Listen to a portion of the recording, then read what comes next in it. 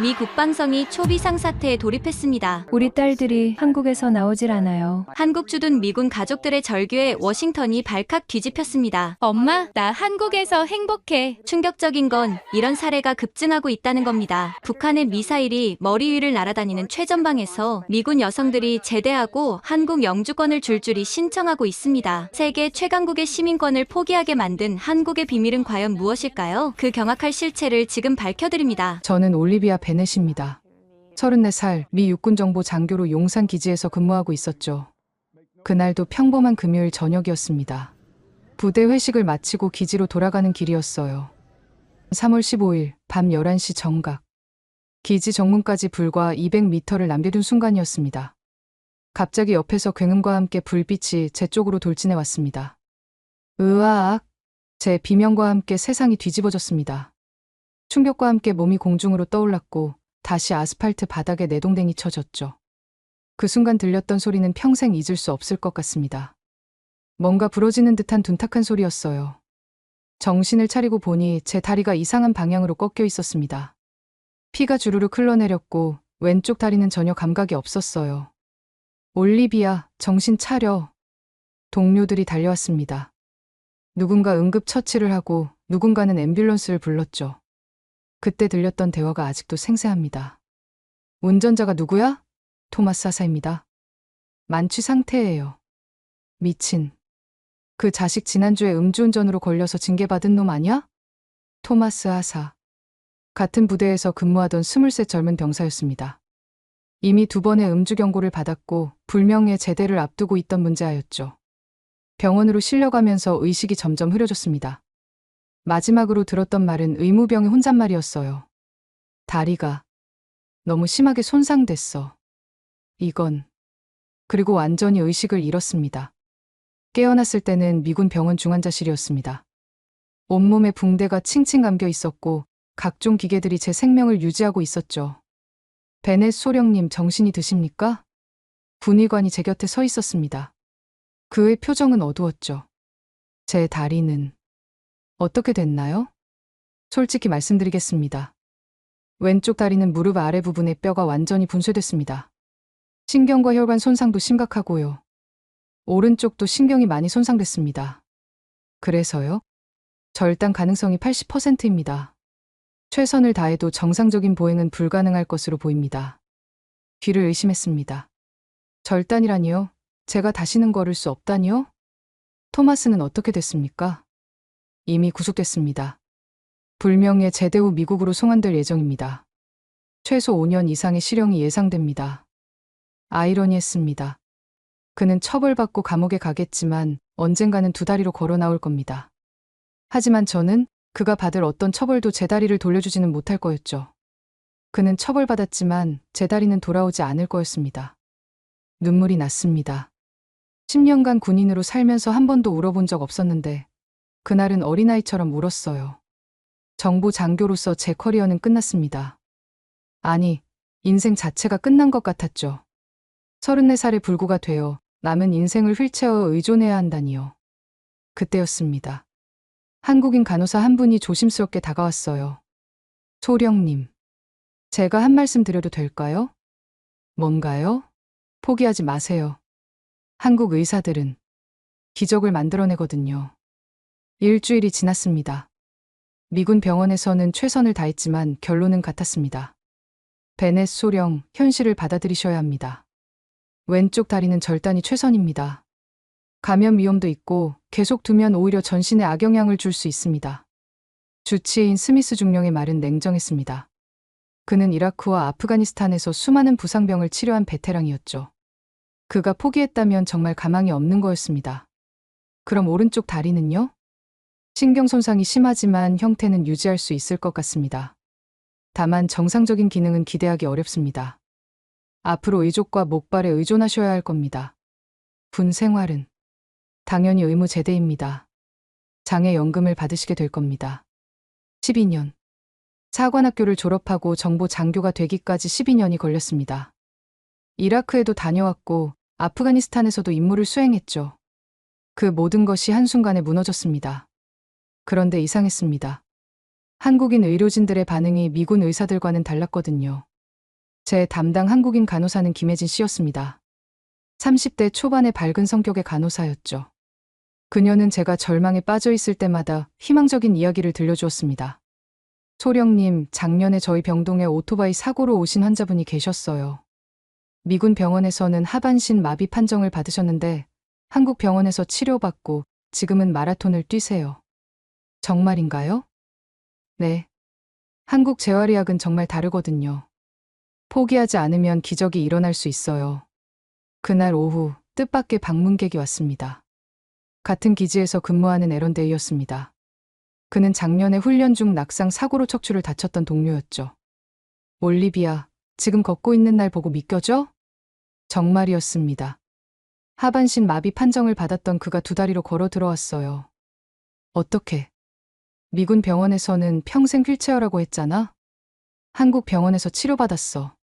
삼성서울병원 재활의학과. 거기 의사들은 차원이 달라. 에런은 자신의 경험을 자세히 들려주었습니다. 한국 의료진들이 어떻게 포기하지 않고 새로운 치료법을 시도했는지, 얼마나 헌신적으로 환자를 돌봤는지. 무엇보다 그들은 환자를 숫자로 보지 않아. 한 명 한 명을 가족처럼 대하지. 너도 한번 가봐. 뭐가 다른지 알게 될 거야.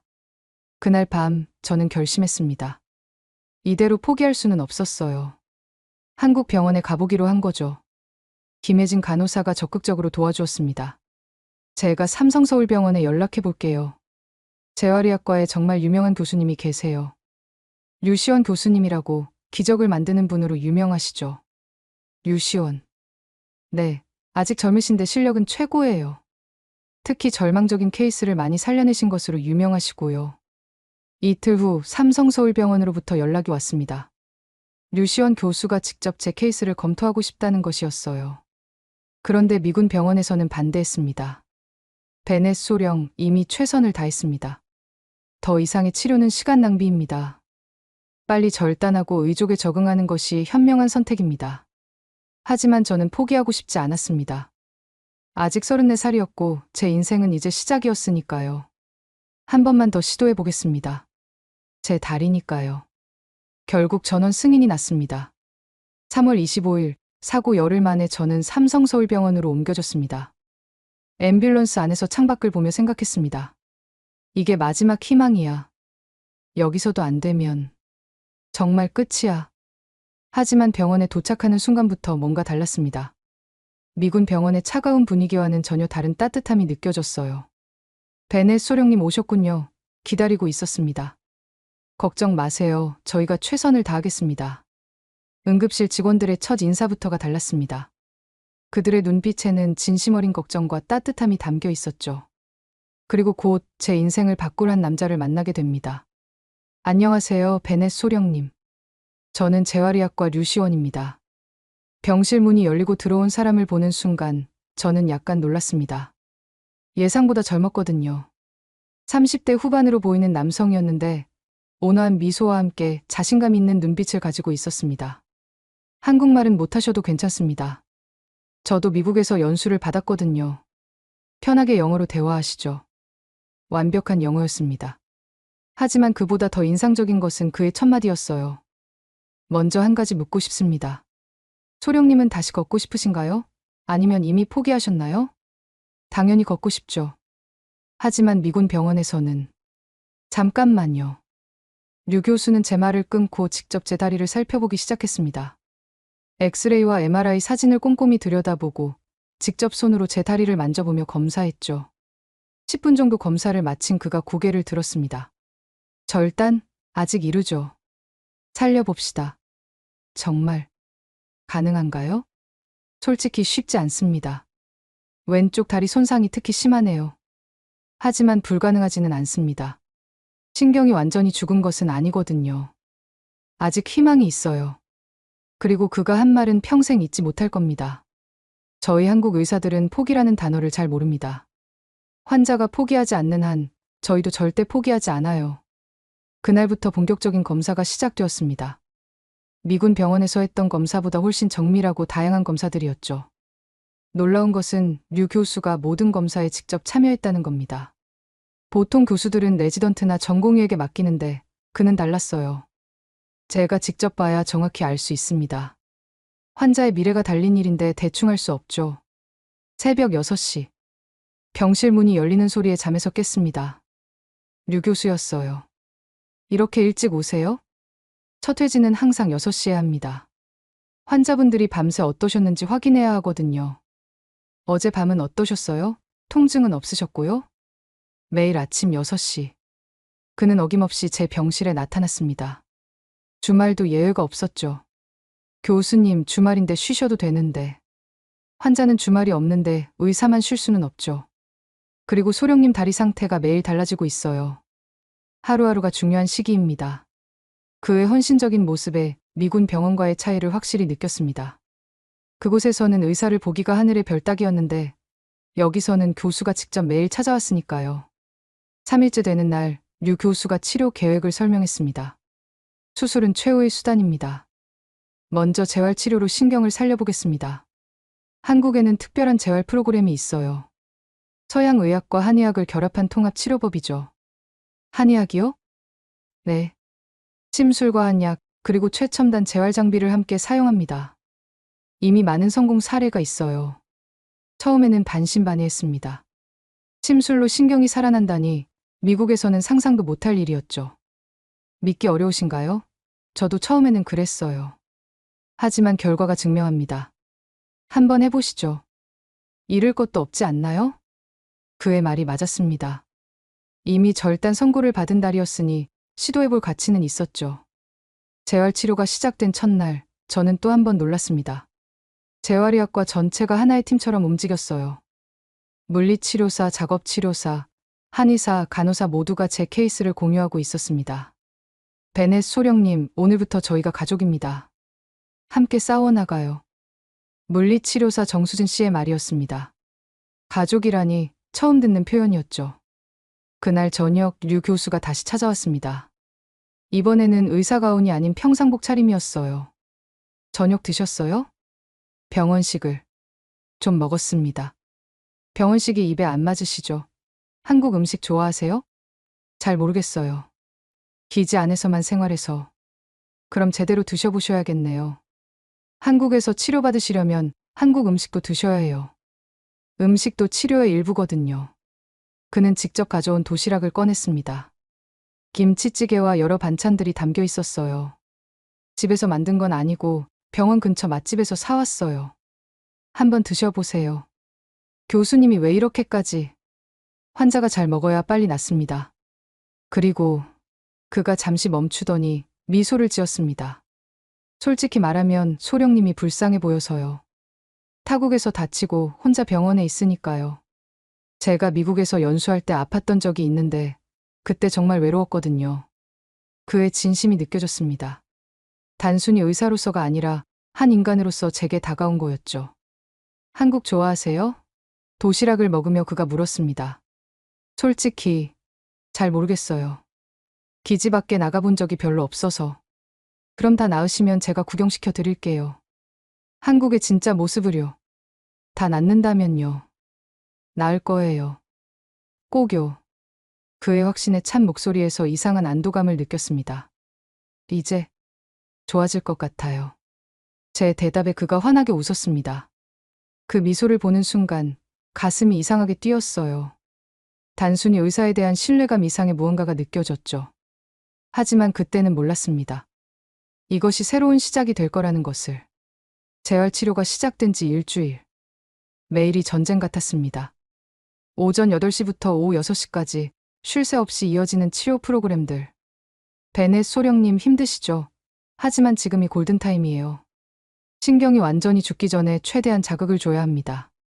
물리치료사 정수진 씨는 항상 밝은 에너지로 저를 격려했습니다. 전기 자극 치료, 수중 재활, 로봇 보행 훈련. 처음 보는 장비들이 많았어요.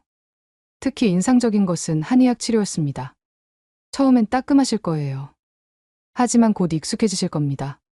한의사 김태영 박사가 제 다리에 침을 놓기 시작했습니다. 수십 개의 가느다란 침이 정확한 위치에 꽂혔죠. 이게 정말 효과가 있나요?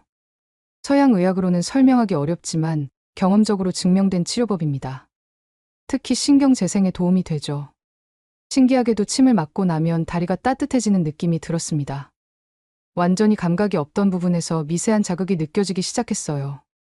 그런데 가장 인상적인 것은 류시원 교수의 관심이었습니다. 그는 단순히 회진만 하는 것이 아니라 제 모든 치료 과정을 직접 모니터링했죠. 어느 날은 물리치료실에 나타나서는 직접 제 재활 운동을 도왔습니다. 교수님이 직접 이런 것까지. 의사가 환자의 상태를 정확히 알려면 직접 봐야죠. 차트만 보고는 알 수 없어요. 점심시간이면 어김없이 제 병실에 들렀습니다. 오늘 치료는 어떠셨어요? 너무 힘들지는 않으셨고요? 괜찮아요. 그런데 교수님은 점심은 드셨어요? 아, 저는 괜찮아요. 소령님이나 잘 드셔야죠. 어느 날은 그가 피곤해 보였습니다. 교수님 어제 밤새 오셨어요? 아, 응급수술이 있어서요. 교통사고 환자였는데 소령님처럼 다리를 크게 다치셨어요. 수술은 잘 됐나요? 네, 다행히 잘 됐어요. 그 환자분도 소령님처럼 열심히 재활하면 걸을 수 있을 거예요. 그의 헌신적인 모습에 점점 마음이 끌렸습니다.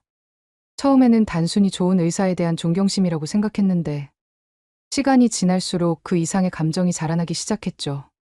재활 3주차, 작은 기적이 일어났습니다. 선생님, 발가락이 움직여요. 정말이었습니다. 완전히 마비됐다고 생각했던 왼쪽 발가락이 미세하게 움직였어요. 아주 작은 움직임이었지만 저에게는 세상을 얻은 것 같았습니다. 정수진 치료사가 급히 류 교수를 불렀습니다. 숨을 헐떡이며 달려온 그가 직접 확인했죠. 정말이네요. 대단해요, 소령님. 신경이 살아나기 시작했어요. 그는 마치 자기 일처럼 기뻐했습니다. 이제 시작이에요. 여기서 포기하지 않으면 더 많은 기적이 일어날 거예요. 그날 저녁 류 교수가 특별한 선물을 가져왔습니다. 축하드려요. 오늘은 특별한 날이니까. 작은 케이크였습니다. 첫걸음을 축하합니다라고 적혀 있었죠. 아직 걷지도 못하는데 발가락이 움직인 것도 첫걸음이에요. 모든 여정은 작은 한 걸음부터 시작하니까요. 병실에서 둘이 케이크를 나눠 먹으며 이야기를 나눴습니다. 교수님은 왜 의사가 되셨어요? 어릴 때 할머니가 교통사고로 하반신 마비가 되셨어요. 그때 재활의학이라는 걸 알게 됐죠. 포기했던 사람들에게 다시 희망을 주는 일이 멋있어 보였어요. 할머니는 다시 걸으셨나요? 네. 5년 걸렸지만 결국 걸으셨어요. 돌아가시기 전까지 당신 다리로 걸어 다니셨죠. 그의 눈에 따뜻한 빛이 있었습니다. 그래서 저는 믿어요. 포기하지 않으면 기적은 일어난다고. 저도 걸을 수 있을까요? 물론이죠. 소령님은 의지가 강하시잖아요. 군인 출신답게 정말 열심히 하시고. 그가 제 손을 가볍게 잡았습니다. 따뜻한 온기가 전해졌죠. 제가 끝까지 함께 할게요. 걱정하지 마세요. 그 순간 가슴이 이상하게 뛰었습니다. 단순한 의사와 환자 사이를 넘어서는 무언가가 시작되고 있었어요. 간호사들도 눈치를 챘는지 수근거리기 시작했습니다. 류 교수님이 베넷 소령님한테 특별히 신경 쓰시는 것 같아. 맞아. 매일 점심시간마다 오시잖아. 다른 환자들한테는 안 그러시는데. 저도 느끼고 있었습니다. 그의 관심이 단순히 의학적인 것만은 아니라는 것을. 하지만 그때는 아직 확신할 수 없었어요. 혹시 제 착각일 수도 있고 무엇보다 저는 환자였고 그는 의사였으니까요. 그런데 치료가 진행될수록 그의 개인적인 관심은 더욱 뚜렷해졌습니다. 오늘은 기분이 어떠세요? 좋아요. 발가락도 더 많이 움직이고. 아니, 그게 아니라 마음이요. 기분이 우울하거나 그러진 않으세요? 가끔 미래가 걱정될 때가 있어요. 설령 걷게 되더라도 군인으로는 못 돌아갈 테니까요. 새로운 시작을 하실 수도 있잖아요. 인생에는 여러 길이 있으니까. 그는 항상 희망적인 이야기를 들려주었습니다. 때로는 의사보다는 친구 같았고, 때로는 그 이상으로 느껴졌죠. 차 주차가 되자 더 큰 변화가 일어났습니다. 발목에도 약간의 움직임이 생기기 시작한 거예요. 믿을 수 없어요. 이 정도 속도는 정말 이례적이에요. 류 교수도 놀라워했습니다. 소령님의 의지력이 만든 기적이에요. 그리고 그가 잠시 말을 멈추더니 부드럽게 미소 지었습니다. 제가 매일 기도했거든요. 소령님이 꼭 나으시길. 의사가 환자를 위해 기도한다니. 그 말에 가슴이 뭉클해졌습니다. 그날 밤 저는 일기장에 이렇게 적었습니다. 오늘도 류 교수님이 오셨다. 이상하다. 그를 보면 다리에 통증도 있게 된다. 이건 단순히 의사에 대한 신뢰감 이상의 무언가다. 하지만 이런 감정을 가져도 되는 걸까? 나는 환자이고, 게다가 곧 미국으로 돌아가야 하는데. 하지만 운명은 이미 다른 길을 준비하고 있었습니다. 재활 6주차. 드디어 목발을 짚고 설 수 있게 되었습니다. 아직 완전하지는 않았지만 두 발로 서 있다는 것만으로도 감격스러웠죠. 축하해요. 이제 밖에 나가실 수 있겠네요. 정수진 치료사가 기뻐하며 말했습니다. 밖에요? 네, 휠체어 타고 병원 주변 산책도 하시고. 맨날 병실에만 있으면 답답하시잖아요. 류 교수도 적극 찬성했습니다. 좋은 생각이에요. 정신건강도 중요하니까. 혹시 한국 음식 좀 드셔보셨어요? 제대로 된 거요. 병원 식당 말고는. 그럼 제가 맛집 하나 소개해 드릴게요. 병원에서 5분 거리에 있어요. 그가 메모지에 뭔가를 적어주었습니다. 정의 부대찌개라는 이름이었죠. 부대찌개가 뭔가요? 한국전쟁 때 미군 부대에서 나온 재료로 만든 찌개예요. 미군이랑 인연이 깊은 음식이죠. 꼭 한번 드셔보세요. 다음날 점심, 저는 휠체어를 타고 처음으로 병원 밖으로 나갔습니다. 이른 봄의 서울거리는 생각보다 활기찼어요. 정의 부대찌개는 작은 식당이었습니다. 간판도 소박했고 내부도 특별할 것 없는 평범한 동네 식당이었죠. 어서 오세요. 어머, 50대로 보이는 여사장님이 저를 보고 놀랐습니다. 미군 아가씨네, 어떻게 왔어? 밥 먹으러요. 한국말 조금 해요. 제 서툰 한국말에 사장님의 표정이 밝아졌습니다. 아이고, 한국말도 하네. 다쳤구나. 병원에 입원했어? 네, 삼성병원. 어머머, 많이 아팠겠네. 혼자 왔어? 네. 사장님은 저를 가장 좋은 자리로 안내했습니다. 그리고는 주방으로 들어가더니 잠시 후 김치며 깍두기며 반찬을 잔뜩 가져왔어요. 많이 먹어. 아픈 사람은 잘 먹어야 해. 부대찌개가 나왔습니다. 라면, 햄, 김치, 떡이 들어간 얼큰한 찌개였죠. 한 숟갈 떠먹는 순간 눈이 번쩍 떠졌습니다. 우와, 맛있어요. 그래? 맛있어? 더 줄까? 이상했습니다. 그냥 음식 맛이 아니었어요. 뭔가 따뜻하고 정겨운 느낌이 들었죠. 고향의 맛 같은 느낌이랄까요. 식사를 마치고 계산하려는데 사장님이 손을 저었습니다. 됐어. 아픈 사람한테 무슨 돈을 받아. 아니에요. 내야 해요. 다음에 다 나으면 그때 내. 자주 와. 우리 집 단골 할래? 그날 이후로 저는 일주일에 2~3번씩 그 식당에 갔습니다. 갈 때마다 사장님은 반찬을 더 주셨고 새로운 메뉴를 맛보라고 하셨죠. 오늘은 김치찌개 해봤어. 한번 먹어봐. 우리 미군 아가씨 왔네. 오늘은 순두부 어때? 어느새 저는 우리 미군 아가씨가 되어 있었습니다. 놀라운 건 소문이 빠르다는 거였어요. 며칠 후 옆 가게 과일 가게 아저씨라 불렀습니다. 아가씨, 미군 아가씨. 네? 이거 먹어봐. 한국 배야. 감기에 좋아. 커다란 배를 그냥 주셨습니다.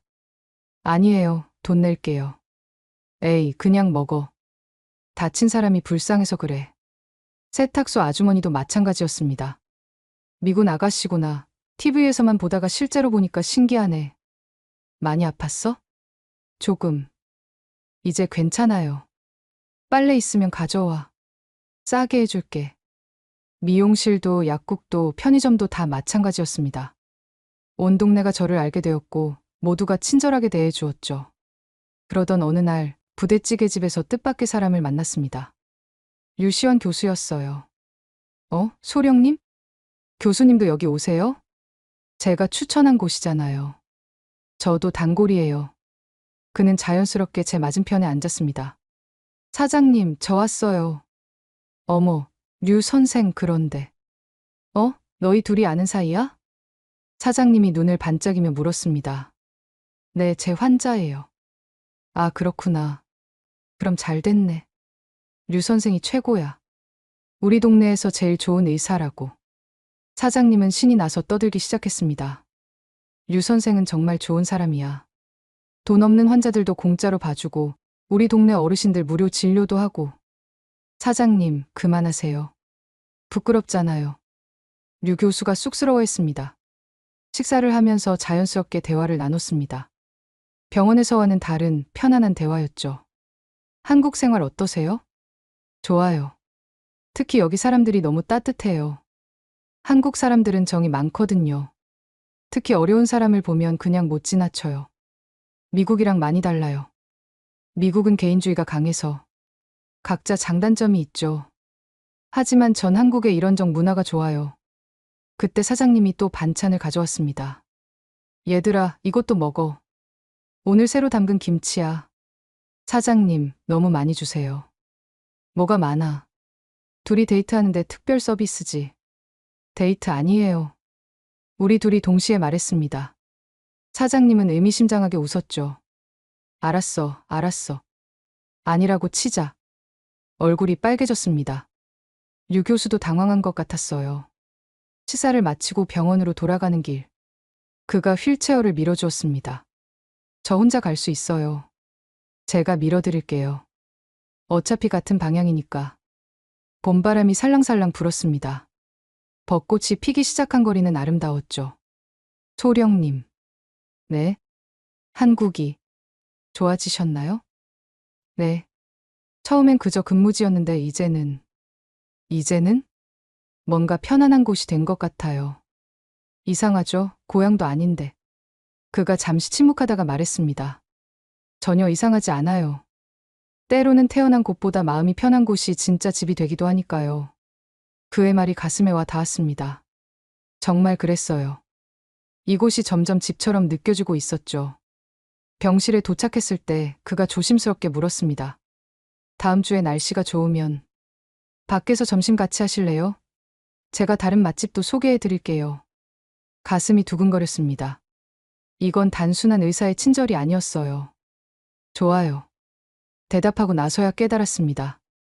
내가 지금 뭔가 위험한 선을 넘고 있다는 것을. 하지만 이미 늦었어요. 아니, 어쩌면 멈추고 싶지 않았는지도 모릅니다. 그날 밤 부대찌개집 사장님에게서 문자가 왔습니다. 아가씨, 류 선생이랑 잘 어울려. 좋은 사람이야. 놓치지 마. 웃음이 나왔습니다. 온 동네가 우리를 응원하는 것 같았어요. 한국의 정. 그것은 단순한 친절 이상이었습니다. 누군가를 진심으로 걱정하고 아끼고 응원하는 마음. 그것이 저를 이곳에 붙잡아두고 있었죠. 8주째. 운명의 날이 왔습니다. 자, 오늘은 보조개 없이 걸어볼 거예요. 준비되셨죠? 정수진 치료사가 격려하듯 물었습니다. 평행봉을 잡고 서 있는 제 다리는 후들후들 떨렸죠. 무서워요. 괜찮아요. 제가 옆에 있잖아요. 류 교수님도 오셨고요. 돌아보니 류 교수가 걱정스러운 표정으로 서 있었습니다. 오늘따라 그가 더 긴장한 것 같았어요. 할 수 있어요. 소령님은 강한 분이잖아요. 심호흡을 했습니다. 그리고 평행봉에서 손을 떼고 한 발을 내디뎠죠. 첫 걸음, 두 번째 걸음, 세 번째 걸음에서 휘청했지만 넘어지지 않았습니다. 하고 있어요. 걷고 있어요.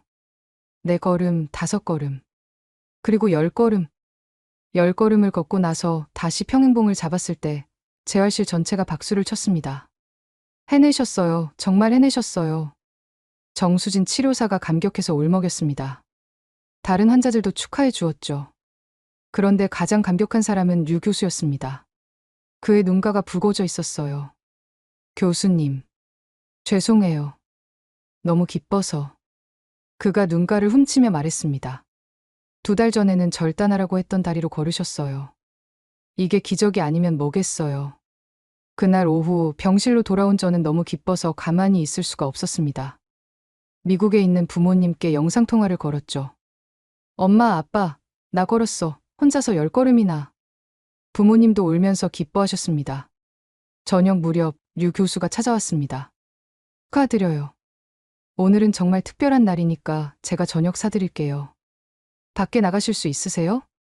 휠체어 타고는 갈 수 있어요. 좋아요. 특별한 곳으로 모시고 갈게요. 그가 데려간 곳은 병원 옥상이었습니다. 작은 정원이 있는 아름다운 공간이었죠. 테이블에는 음식이 차려져 있었습니다.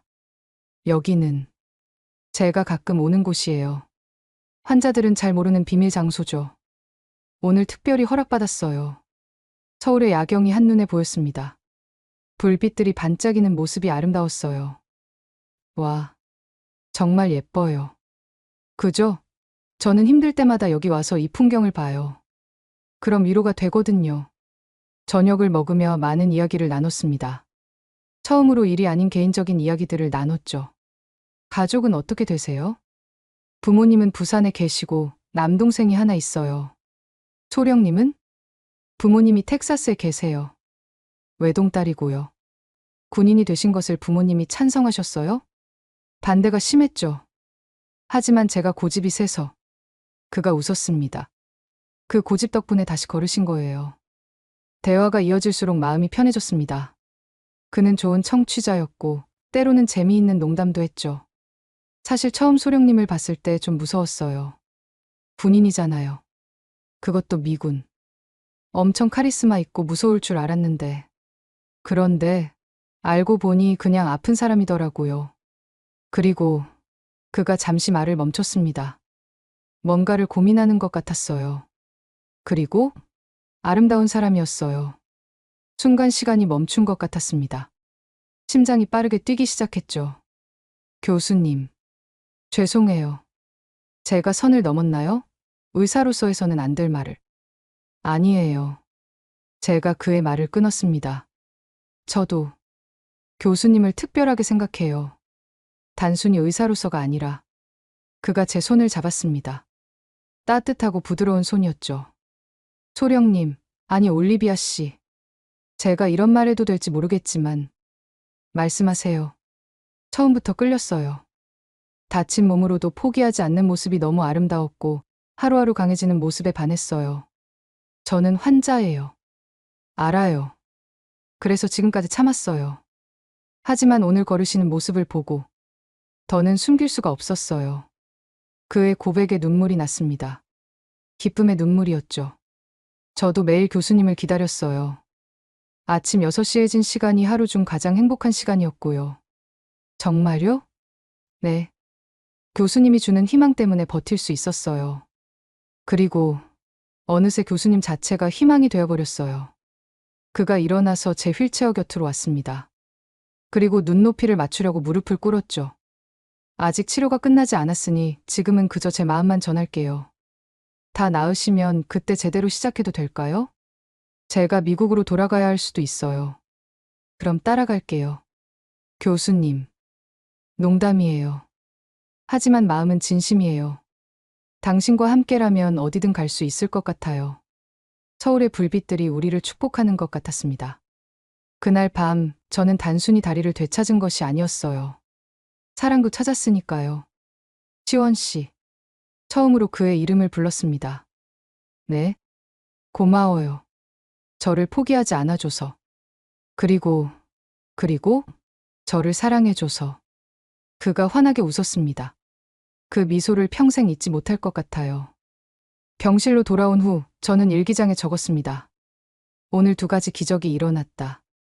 하나는 내가 걸었다는 것. 또 하나는 사랑을 확인했다는 것. 이제 나는 한국을 떠날 수 없을 것 같다. 아니, 떠나고 싶지 않다. 창밖으로 보이는 서울의 밤은 평소보다 더 아름다웠습니다. 마치 새로운 시작을 축하하는 것처럼. 퇴원을 일주일 앞둔 토요일. 류시원 교수, 아니 이제는 시원이 특별한 계획을 세웠습니다. 오늘은 서울 구경시켜드릴게요. 진짜 한국을 보여드리고 싶어요. 목발을 짚고는 있었지만 이제 꽤 먼 거리도 걸을 수 있게 되었습니다. 병원 밖으로 나서니 5월의 서울은 실록으로 가득했죠. 첫 번째 목적지는 남산이었습니다. 케이블카 타봤어요? 아니요. 기지에서만 생활해서. 그럼 오늘이 처음이네요. 케이블카가 올라가면서 서울 전경이 한눈에 들어왔습니다. 와, 서울이 이렇게 큰 도시였구나. 놀랍죠? 1,000만 명이 사는 도시예요. 하지만 이렇게 산도 많고 자연도 많죠. 남산타워에 도착했을 때 많은 연인들이 자물쇠를 걸고 있었습니다. 저게 뭐예요? 사랑의 자물쇠예요. 연인들이 영원한 사랑을 약속하며 거는 거죠. 로맨틱하네요. 우리도 걸까요? 시원이 준비해온 자물쇠를 꺼냈습니다. 분홍색 하트 모양이었죠. 언제 준비했어요? 사실 한 달 전부터 준비했어요.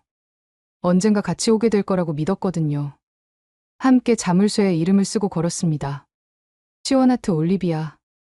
이제 우리도 영원히 함께해요. 그가 장난스럽게 말했지만 진심이 담겨 있었죠. 점심은 인사동의 전통 찻집에서 먹었습니다. 한옥을 개조한 아름다운 공간이었죠. 여기는 제가 좋아하는 곳이에요. 전통차와 한식을 제대로 즐길 수 있거든요. 따뜻한 대추차를 마시며 창밖을 바라보니 한복을 입은 관광객들이 지나가고 있었습니다. 한국의 여유를 배워가세요. 미국은 너무 빨리빨리 문화잖아요. 맞아요. 여기서는 시간이 천천히 가는 것 같아요. 그게 한국의 매력이죠. 빠른 것도 있지만 느린 것도 있어요. 식사 후 인사동 거리를 걸었습니다. 전통 공예품 가게들을 구경하고 길거리 음식도 먹어봤죠. 이게 뭐예요? 호떡이에요. 한국의 대표적인 길거리 음식이죠. 뜨거운 호떡을 한 입 베어 물자 달콤한 꿀이 흘러나왔습니다. 맛있어요. 그죠? 저도 어릴 때부터 좋아했어요. 오후에는 한강으로 갔습니다. 5월의 한강공원은 피크닉을 즐기는 사람들로 가득했죠. 한강은 서울의 심장 같은 곳이에요. 서울 사람들의 쉼터죠. 잔디밭에 돗자리를 펴고 앉았습니다. 시원이 준비해온 김밥과 과일을 꺼냈어요. 직접 만드신 거예요? 어머니가 도와주셨어요. 사실 어머니가 거의 다 하셨고 전 옆에서 구경만. 웃음이 났습니다.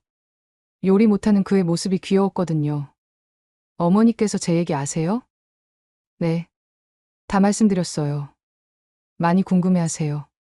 언제 데려올 거냐고. 벌써요? 한국 부모님들은 성격이 급하세요. 강바람이 살랑살랑 불었습니다. 멀리서 자전거 타는 사람들, 조깅하는 사람들이 보였죠. 여기가 정말 집 같아요. 제 말에 시원히 미소 지었습니다. 정말요? 네. 처음에는 낯설었는데 이제는 미국보다 더 편해요. 그럼 계속 있으면 되잖아요. 그러고 싶어요.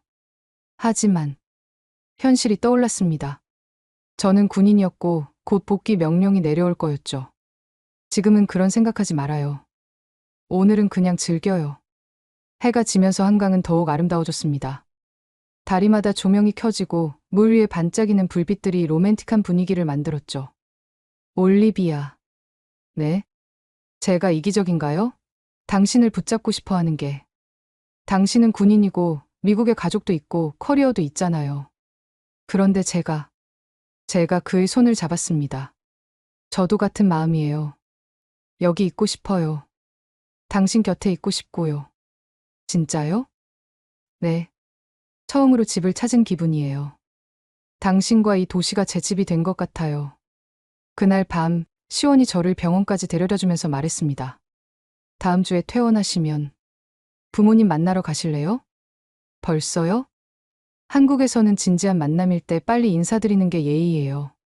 긴장되면서도 기대되었습니다. 그의 가족을 만난다는 것은 우리 관계가 더 진지해진다는 의미였으니까요. 병실로 돌아온 후 창밖을 보며 생각했습니다. 오늘 본 서울은 그저 관광지가 아니었어요. 앞으로 살아갈 수도 있는 도시, 제2의 고향이 될 수도 있는 곳이었죠. 핸드폰이 울렸습니다.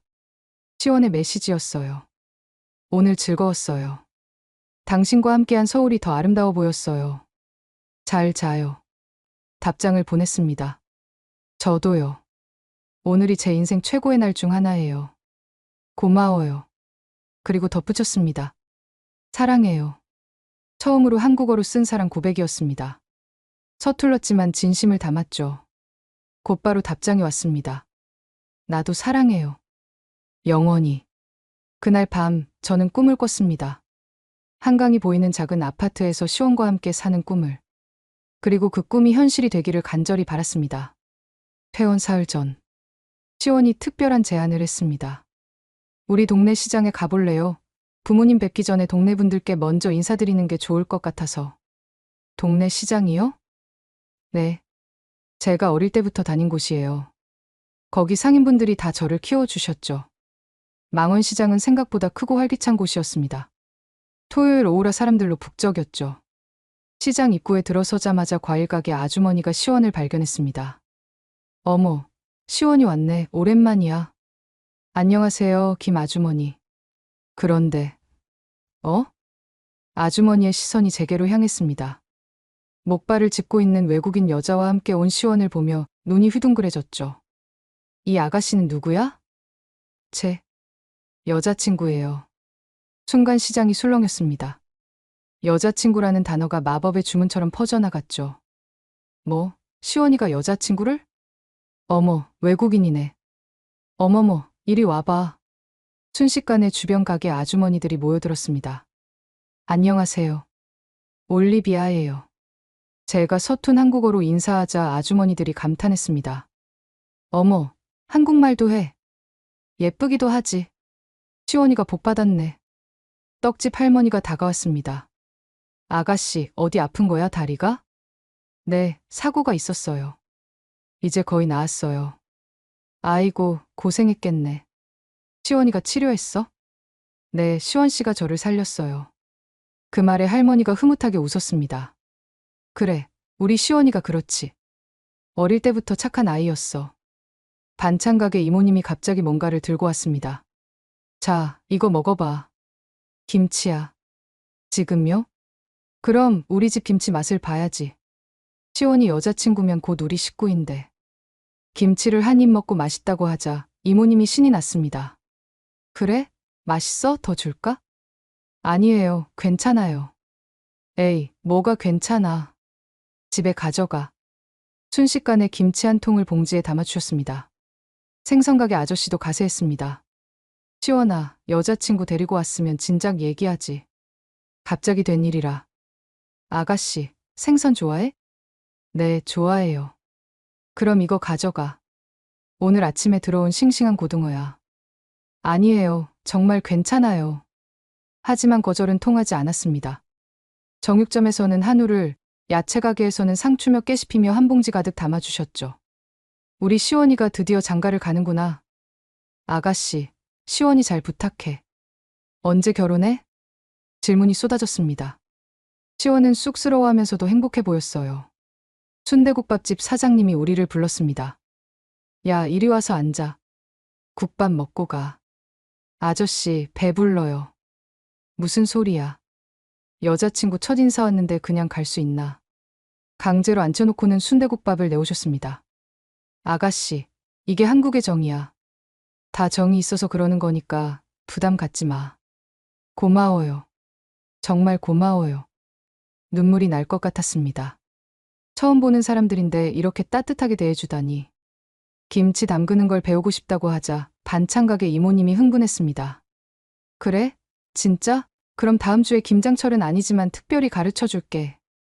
아이고, 말이 통하는구나. 이 정도면 한국 며느리 다 됐네. 시장을 한 바퀴 도는 동안 우리는 수많은 선물을 받았습니다. 들고 갈 수 없을 정도였죠. 이거 어떻게 들고 가요? 시원이 웃으며 말했습니다. 이게 한국 시장이에요. 정이 넘치죠? 마지막으로 들른 곳은 분식집이었습니다. 시원아, 여자친구랑 왔구나. 네, 순자 이모. 어머, 진짜 예쁘다. 외국 사람인데도 뭔가 정이 가네. 순자 이모님이 떡볶이를 만들어 주시며 말씀하셨습니다.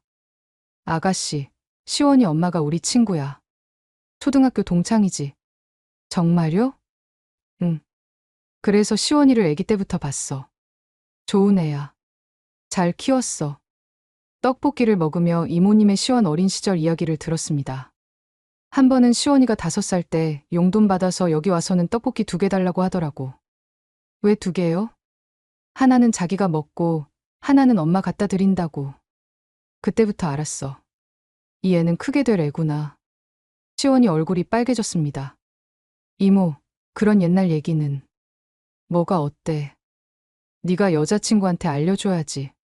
시장을 나서면서 뒤를 돌아보니 상인들이 모두 나와서 손을 흔들고 있었습니다. 또 와. 다음에는 시어머니랑 같이 와. 축하해. 짧은 시간이었지만 마치 가족이 된 것 같았습니다. 이제 알겠어요. 시원 씨가 왜 이렇게 따뜻한 사람인지. 이런 분들 사이에서 자랐으니까요. 그가 제 손을 잡았습니다. 이제 올리비아도 우리 동네 사람이에요. 아니, 우리 동네 며느리죠. 며느리라니. 싫어요? 아니요. 좋아요. 너무 좋아요. 그날 받은 선물들을 정리하면서 생각했습니다. 이것이 진짜 한국이구나. 정으로 연결된 사람들, 가족처럼 서로를 챙기는 문화. 그리고 깨달았습니다. 제가 이미 이곳에 뿌리를 내리기 시작했다는 것을. 시장 아주머니들의 며느리. 그 호칭이 주는 따뜻함에 마음이 녹아내렸습니다. 이제 정말로 떠날 수 없을 것 같았어요. 퇴원한 지 2주가 지났습니다. 이제 목발 없이도 걸을 수 있게 되었고 거의 정상적인 생활이 가능했죠. 기지 내 임시 숙소에서 지내며 매일 병원에 통원 치료를 받았습니다. 그런데 그날 아침 모든 것을 바꿔놓을 이메일이 도착했습니다. 소령 올리비아 베넷. 의무위원회 심사 결과 현역 복무 가능 판정. 6월 15일부로 워싱턴 DC 국방부 정보국 발령. 중령 진급 심사 대상자로 선정. 손이 떨렸습니다. 중령 진급. 국방부 근무. 누구나 꿈꾸는 엘리트 코스였죠. 하지만 내 기쁘지 않을까요? 바로 시원에게 전화했습니다. 무슨 일이에요? 목소리가. 본국 복귀 명령이 내려왔어요. 전화 너머로 침묵이 흘렀습니다. 언제까지예요? 다음 달 15일이요. 한 달도 안 남았네요. 그의 목소리에서 슬픔이 느껴졌습니다. 점심시간에 만났습니다. 병원 근처 공원 벤치에 나란히 앉았죠. 중령 진급이라니 대단한 거잖아요. 축하해요. 억지로 웃는 그의 모습이 마음 아팠습니다. 축하받고 싶지 않아요. 올리비아. 여기 있고 싶어요. 당신 곁에 있고 싶어요. 저도 그래요. 하지만 이건 당신의 커리어잖아요. 12년 동안 쌓아온. 그의 말이 맞았습니다. 이성적으로 생각하면 가야 했죠. 하지만 감정은 그렇지 않았습니다. 그날 저녁 부대찌개 집에 갔습니다. 사장님이 반갑게 맞아주셨죠. 어머, 우리 미군 아가씨, 오늘은 혼자야? 네. 제 표정을 보시고는 뭔가 눈치채신 것 같았습니다. 무슨 일 있어? 본국으로 돌아가라는 명령이 왔어요. 뭐? 언제? 다음 달이요. 사장님의 얼굴이 어두워졌습니다. 그럼 류 선생이랑은 어떻게 되는 거야? 모르겠어요. 눈물이 났습니다. 참으려 했는데 참을 수가 없었어요. 아이고, 울지 마. 아이고. 사장님이 제 등을 토닥여 주셨습니다. 가지 마. 여기가 네가 집이잖아. 우리가 다 네가 가족이잖아. 저도 가고 싶지 않아요. 하지만. 무슨 하지만이야. 마음이 여기 있으면 여기 있는 거지. 그때 옆 테이블에 있던 동네 아주머니들이 다가왔습니다. 무슨 일이야? 사장님이 설명하자 모두들 안타까워했습니다. 아니, 이제 막 정들었는데. 류 선생이랑은 어떻게 하고? 우리가 청원서라도 써줄까? 동네 사람들의 따뜻한 마음에 더 슬퍼졌습니다. 이런 정을 두고 어떻게 떠날 수 있을까요? 다음 날 시원의 부모님을 만났습니다. 원래는 즐거운 자리가 될 예정이었는데. 어머님, 아버님 안녕하세요. 어머, 정말 예쁘네. 시원이가 복을 받았구나. 시어머니가 될 뻔한 분은 따뜻하게 맞아주셨습니다. 식사를 하면서 어머니가 물으셨습니다. 언제 결혼할 생각이니? 시원과 제가 서로를 바라봤습니다. 사실 올리비아가 미국으로 돌아가야 할 것 같아요. 뭐? 분위기가 얼어붙었습니다.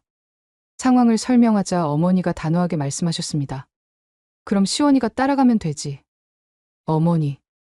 아니면 올리비아가 여기 남으면 되고. 방법은 얼마든지 있어. 아버지도 거들었습니다. 맞아. 요즘 세상의 거리가 뭐가 중요해. 중요한 건 마음이지. 시원의 부모님마저 절 붙잡으셨습니다. 집으로 돌아오는 길에 시원이 말했습니다. 진지하게 생각해봐요. 정말 가야만 하나요? 군인은 명령에 따라야 해요. 전역하면 안 돼요? 12년 경력을 버리라고요? 당신이 더 중요해요. 그의 진심의 마음이 흔들렸습니다. 그날 밤 잠을 이룰 수 없었습니다. 한쪽에는 12년간 쌓아온 군 경력과 밝은 미래가, 다른 한쪽에는 사랑하는 사람과 제2의 고향이 있었죠. 창밖을 보니 서울의 야경이 반짝이고 있었습니다. 이 모든 것을 두고 떠나야 한다니. 새벽 3시 시원에게서 메시지가 왔습니다. 잠 안 와요? 네. 시원 씨도요? 올리비아 생각하느라. 미안해요. 미안하긴요. 우리 같이 방법을 찾아봐요. 포기하지 말고. 그의 말에 조금 위로가 되었습니다. 하지만 과연 방법이 있을까요? 다음 날 아침 기지 사령관실로 호출을 받았습니다. 베넷 소령, 복귀 명령 받았죠? 네, 사령관님. 훌륭해요. 당신 같은 인재가 국방부에 가는 건 당연한 일이죠. 그런데 사령관이 잠시 말을 멈췄습니다. 표정이 왜 그래요? 기쁘지 않나요? 설마 한국에 남고 싶은 건가요? 제 침묵이 대답이었습니다. 사령관이 한숨을 쉬었습니다. 베넷 소령, 군인은 감정이 아닌 의무로 움직여야 해요. 알죠? 알고 있습니다. 일주일 시간을 줄게요. 진지하게 고민해보고 결정하세요. 하지만 기억하세요. 이런 기회는 다시 오지 않아요. 사령관실을 나오면서 더욱 혼란스러웠습니다. 의무와 사랑, 경력과 행복, 미국과 한국. 어느 것도 포기할 수 없는데 선택해야 하는 순간이 다가오고 있었습니다. 일주일의 시간. 매일이 고통스러웠습니다. 낮에는 병원에서 마지막 재활치료를 받고 저녁에는 시원과 시간을 보냈죠. 하지만 우리 사이에는 말하지 않은 긴장감이 흘렀습니다. 오늘은 뭐 먹고 싶어요? 아무거나요. 대화도 예전 같지 않았습니다. 서로 조심스러워했죠. 동료들의 반응은 극과 극이었습니다. 올리비아 미쳤어? 중령 진급의 국방부 근무를 포기한다고? 제시카 대위가 믿을 수 없다는 표정으로 말했습니다. 한국 남자 때문에? 정신 차려. 이런 기회는 평생 한 번이야. 하지만 한국에서 사귄 친구 수지는 달랐습니다. 언니, 마음 가는 대로 해요. 후회 없도록. 쉽지 않아. 알아요. 하지만 10년 후에 뒤돌아봤을 때 뭘 후회할 것 같아요? 떠난 것 아니면 남은 것? 수지의 질문이 가슴에 박혔습니다. 어느 날 저녁 시장에 갔습니다. 이제 익숙해진 그곳에서 물건을 사면서 상인들과 인사를 나눴죠. 아가씨, 요즘 왜 그래? 얼굴이 어둡네. 과일 가게 아주머니가 걱정스럽게 물으셨습니다. 미국 돌아가야 할 것 같아요. 뭐? 왜? 군대에서 명령이. 소식은 금세 퍼졌습니다. 시장 상인들이 하나둘 모여들었죠. 안 돼, 이제 막 우리 식구 됐는데. 류 선생은 어떡하고. 우리가 편지라도 써줄까? 미군 사령관한테? 떡집 할머니가 제 손을 잡으셨습니다. 아가씨, 할미가 한마디 할게. 인생은 한 번이야. 돈이나 명예는 나중에도 얻을 수 있어. 하지만 사랑은 아니야. 할머니, 내가 젊었을 때 사랑하는 사람을 놓쳤어. 부모님이 반대해서. 지금도 후회해. 할머니의 눈에 눈물이 고였습니다. 그 사람이랑 살았으면 어땠을까? 매일 생각해. 아가씨는 후회하지 마. 그날 밤 부대찌개집에서 사장님과 긴 대화를 나눴습니다. 언니, 제가 미국 사람이에요. 가족도 다 거기 있고. 그래서? 마음은 어디 있는데? 마음이 여기 있으면 여기가 집이야. 국적이 뭐가 중요해. 하지만 제 경력은요? 경력? 그게 밥 먹여주나? 매일 아침 일어날 때 행복한 게 중요하지. 사장님의 말씀이 단순하지만 진리 같았습니다. 시원도 고민이 많았습니다. 올리비아가 가면 저도 미국에 갈 수 있어요. 병원 그만두고. 그럴 수 없어요. 여기 환자들은 어떡하고요. 당신이 더 중요해요. 시원 씨의 꿈을 포기하게 할 수 없어요. 우리는 서로를 위해 희생하려 했지만 그것도 쉽지 않았습니다. 기지로 돌아와서 룸메이트 사라와 이야기했습니다. 사라, 너라면 어떻게 할 것 같아? 글쎄, 어려운 질문이네. 하지만 난 알아. 네가 이미 마음 정했잖아. 무슨 소리야? 네가 눈을 봐. 이미 한국에 있잖아. 몸만 여기 있고. 사라의 말이 맞았습니다. 이미 마음은 정해져 있었는지도 모릅니다. D-Day 3일 전 부모님과 영상통화를 했습니다. 올리비아, 이제 곧 집에 오는구나. 엄마의 기대에 찬 목소리가 들렸습니다. 엄마, 아빠, 사실 할 말이 있어요. 부모님께 모든 것을 털어놨습니다.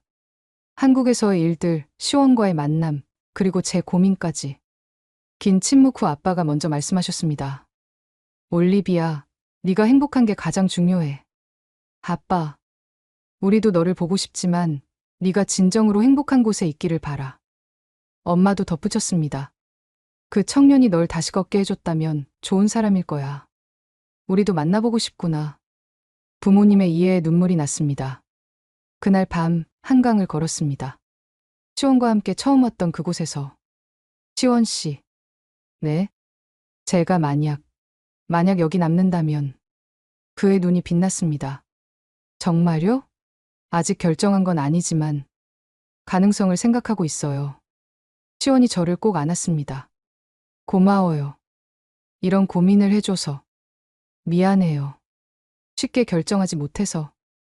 미안하긴요. 충분히 고민해요. 인생이 걸린 일인데. 디데이 이틀 전. 책상 위에는 2개의 서류가 놓여 있었습니다. 하나는 복귀 명령서. 하나는 전역 신청서. 펜을 들었다 놨다를 반복했습니다. 창밖을 보니 서울의 아침이 밝아오고 있었습니다. 이 도시의 아침을 얼마나 더 볼 수 있을까요? 핸드폰이 울렸습니다. 시원의 메시지였습니다. 오늘도 좋은 하루 되세요. 무슨 결정을 하든 응원할게요. 사랑해요. 메시지를 읽으며 미소가 지어졌습니다. 그리고 깨달았죠. 이미 답은 정해져 있었다는 것을. 디데이 전날 아침. 저는 깨끗이 다린 군복을 입고 사령관실로 향했습니다. 손에는 봉투 하나가 들려 있었죠. 들어오세요. 사령관실에 들어서자 존슨 대령이 서류를 검토하고 있었습니다. 베넷 소령 결정했나요? 네, 사령관님. 저는 봉투를 책상 위에 올려놓았습니다. 사령관이 봉투를 열어 서류를 확인했습니다. 그의 표정이 굳어졌죠. 전역 신청서. 정말입니까? 네. 신중히 고민한 결과입니다. 이유를 들을 수 있을까요? 심호흡을 하고 말했습니다. 한국이 제 집이 되었습니다. 여기서 새로운 삶을 시작하고 싶습니다. 12년 경력을 버리고요. 버리는 게 아닙니다. 새로운 시작입니다. 사령관이 한숨을 쉬었습니다. 후회하지 않겠습니까? 후회하지 않을 자신이 있습니다. 오히려 떠난다면 평생 후회할 것 같습니다. 긴 침묵이 흘렀습니다. 베넷 소령, 당신은 훌륭한 장교였습니다. 아쉽지만 당신의 결정을 존중하겠습니다. 감사합니다, 사령관님. 공식적으로는 3개월 후 저녁입니다. 그동안 후임자 인수인계를 부탁합니다. 알겠습니다. 사령관실을 나오면서 어깨가 가벼워졌습니다. 10년간 짊어졌던 무거운 짐을 내려놓은 기분이었죠. 바로 시원에게 전화했습니다. 여보세요? 시원 씨, 저 결정했어요. 남을 거예요. 여기 남을 거예요. 전화 너머로 침묵이 흘렀습니다.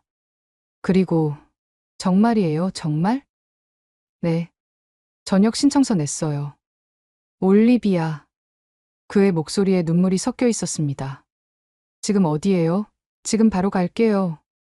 30분 후 병원 앞에서 만났습니다. 시원은 숨을 헐떡이며 달려왔죠. 정말 남는 거예요? 네. 이제 갈 곳이 없어요. 책임져야 해요.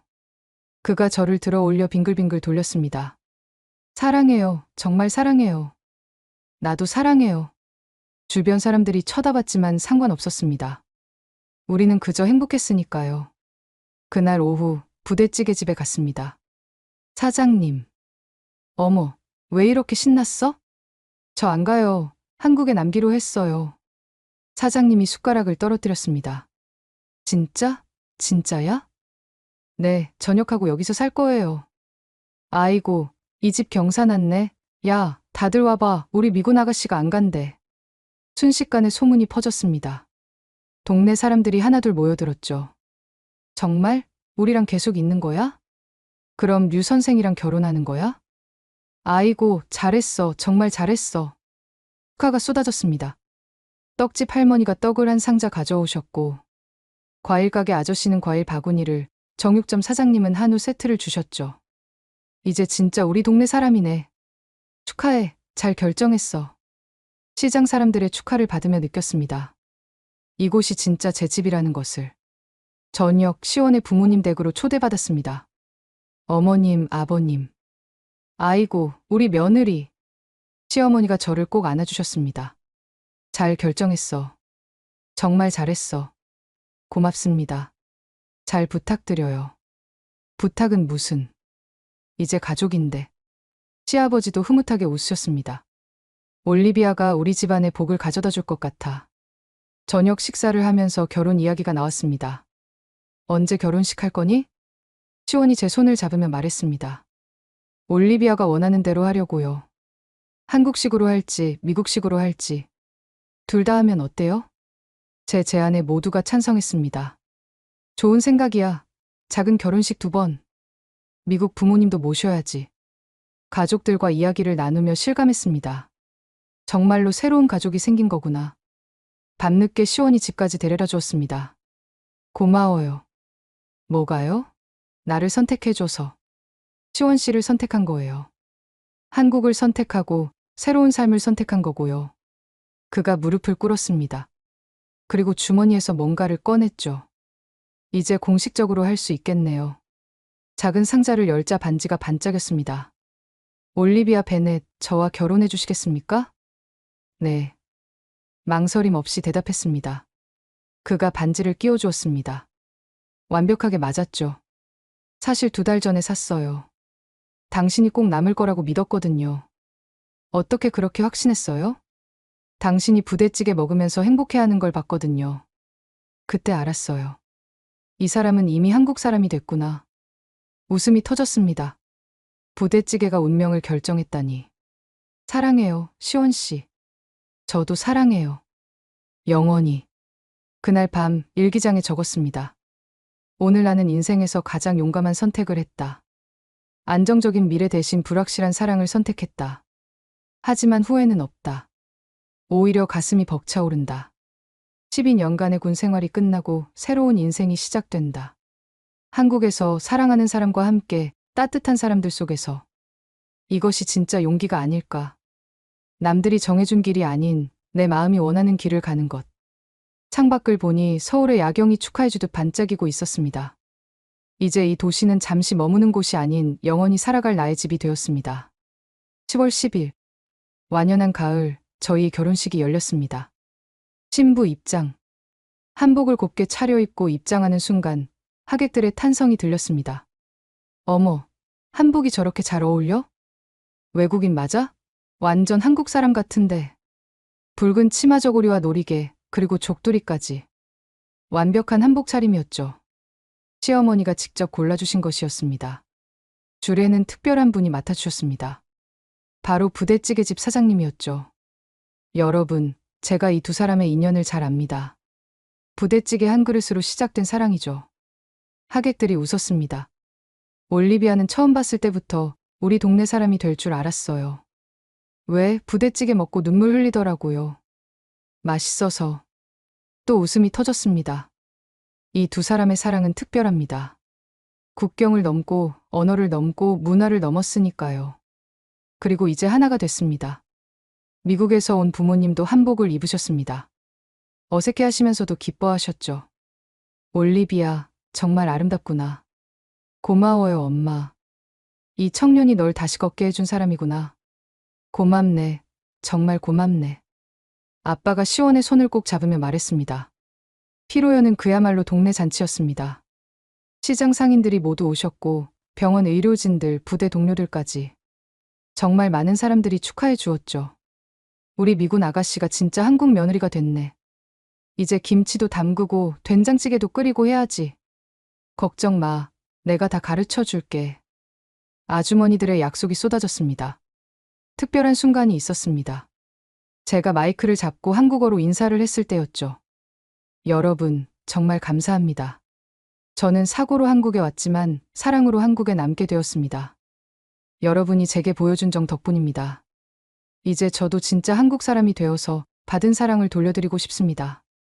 많은 분들이 눈물을 훔치셨습니다. 한 달 후, 저는 새로운 직장을 구했습니다. 용산 기지 내한국문화교류센터의 상담사로 일하게 된 것이죠. 한국에 새로 오는 미군들과 가족들을 돕는 일이었습니다. 안녕하세요. 저는 올리비아 류입니다. 여러분의 한국 생활을 도와드릴게요. 첫 출근 날 신기하게 쳐다보는 사람들이 많았습니다. 한국 이름이세요? 아니요, 미국인이에요.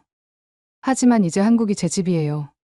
제 이야기를 들은 사람들은 모두 놀라워했죠. 대단하시네요. 사랑 때문에 모든 걸 포기하시다니. 포기가 아니에요. 선택이죠. 더 행복한 삶을 선택한 거예요. 일은 보람 있었습니다. 새로운 미군 가족들에게 한국의 좋은 점을 알려주고 문화 차이로 힘들어하는 사람들을 도왔죠. 한국 병원 정말 믿을 만한가요? 제가 살아있는 증거예요. 한국 의료진이 저를 살렸어요. 한국 음식이 너무 매워요. 처음엔 다 그래요.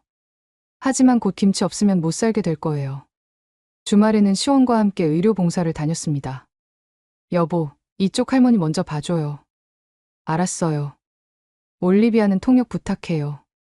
다문화 가정이나 외국인 노동자들을 위한 무료 진료였죠. 제가 통역을 맡았습니다. 미국 아주머니가 영어로 고맙다고 말했습니다.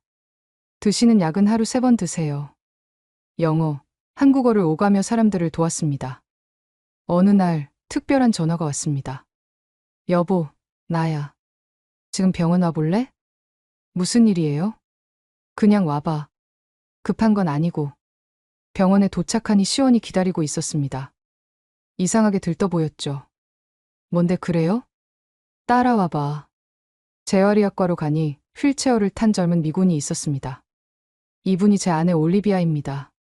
그녀도 제 환자였죠라고 영어로 말했습니다. 정말요? 지금은 걸을 수 있네요 라고 그가 말했습니다.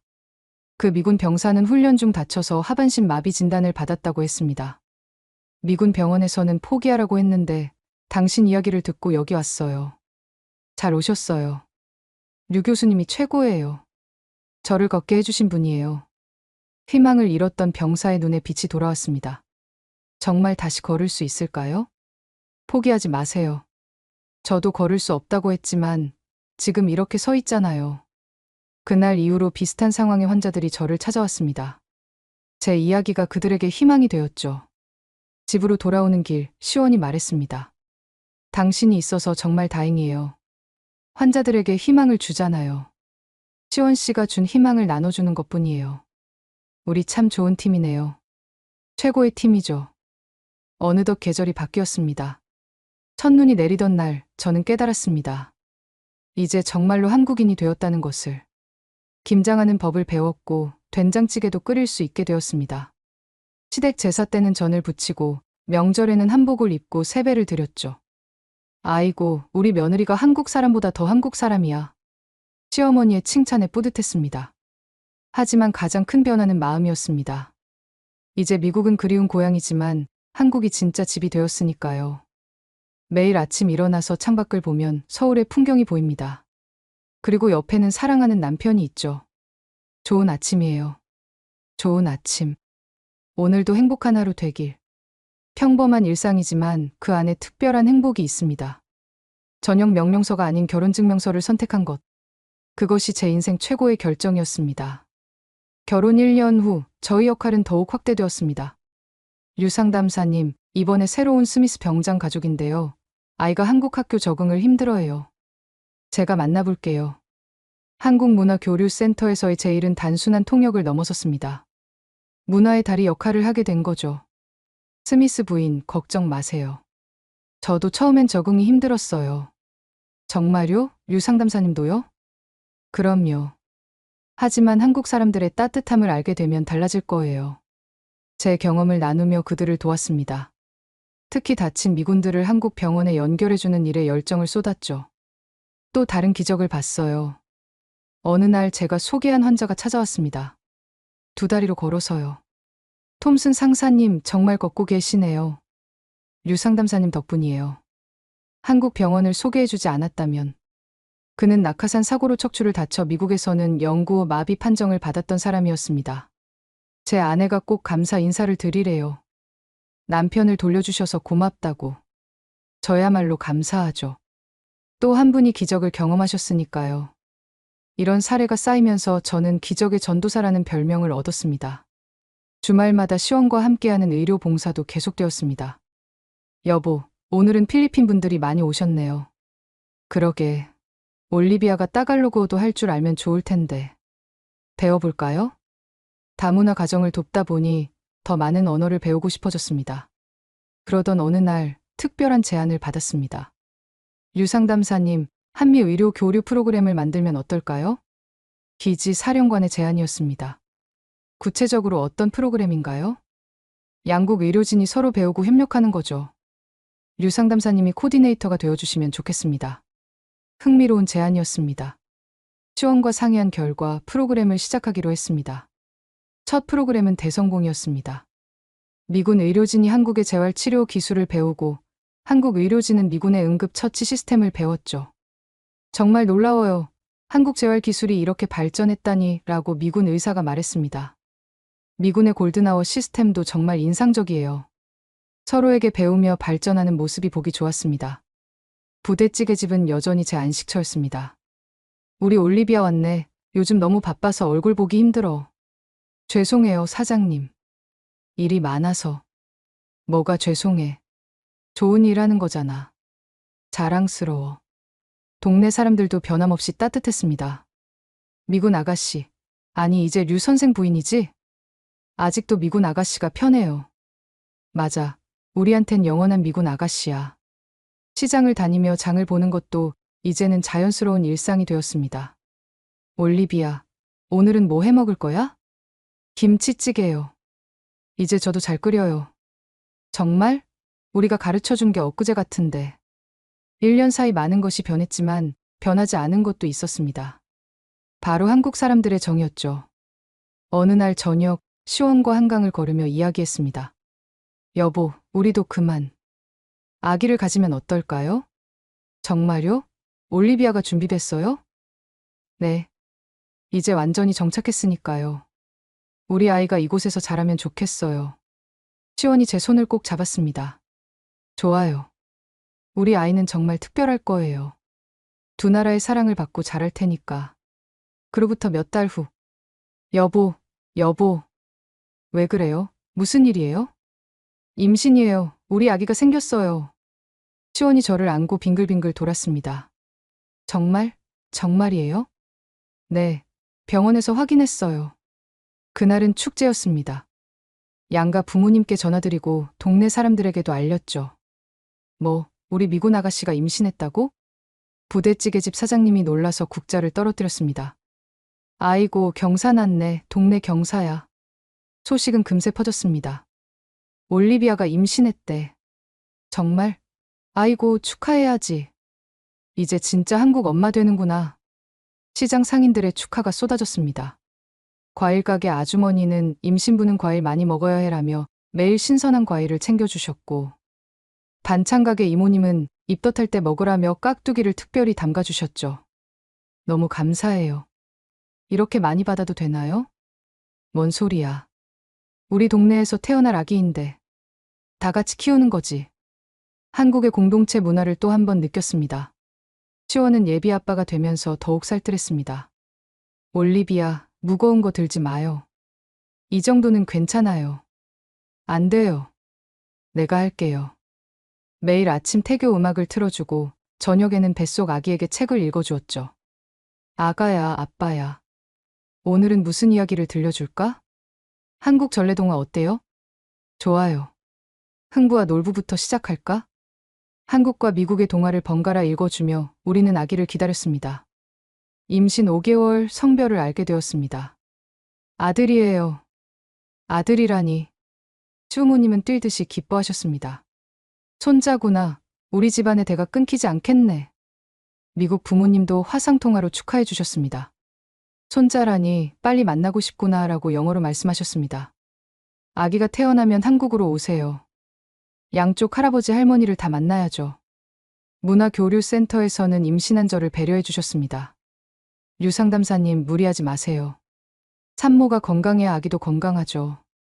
하지만 저는 할 수 있는 한계 속 일했습니다. 특히 한미 의료 교류 프로그램은 더욱 확대되었죠.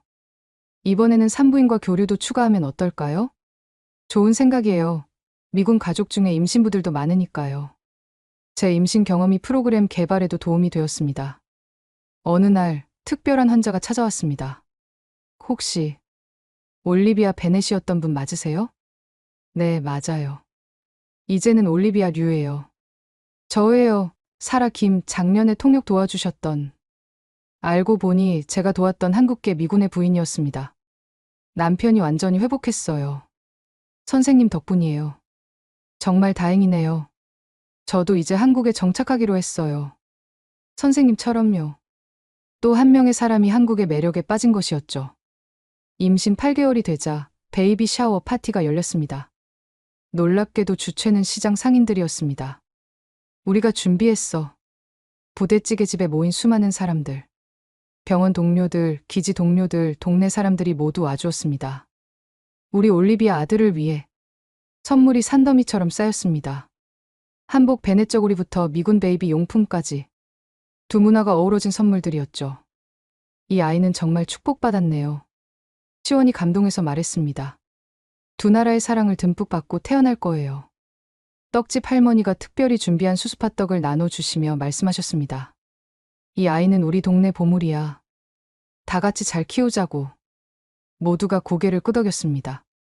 파티가 끝날 무렵 저는 일어나 인사했습니다. 여러분, 정말 감사합니다. 3년 전 다리를 다쳐 한국에 왔을 때는 상상도 못했어요. 이렇게 많은 사랑을 받고 가족을 이루고 아이까지 갖게 될 줄은. 목이 메었습니다. 한국은 저에게 다리를 돌려주었을 뿐 아니라 새로운 인생을 주었어요. 우리 아이도 여러분의 사랑 속에서 자라길 바랍니다.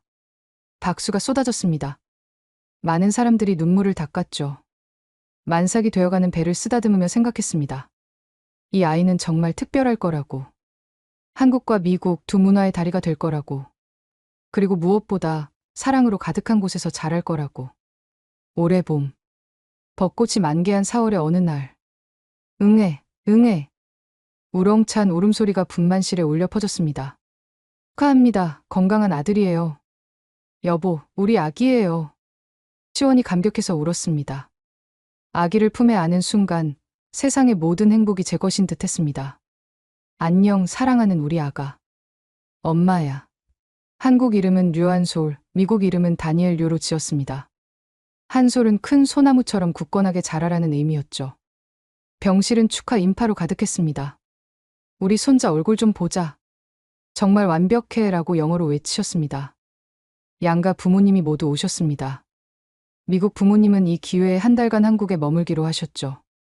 이제 우리도 한국에 자주 와야겠구나. 그럼요, 손자 크는 거 봐야죠.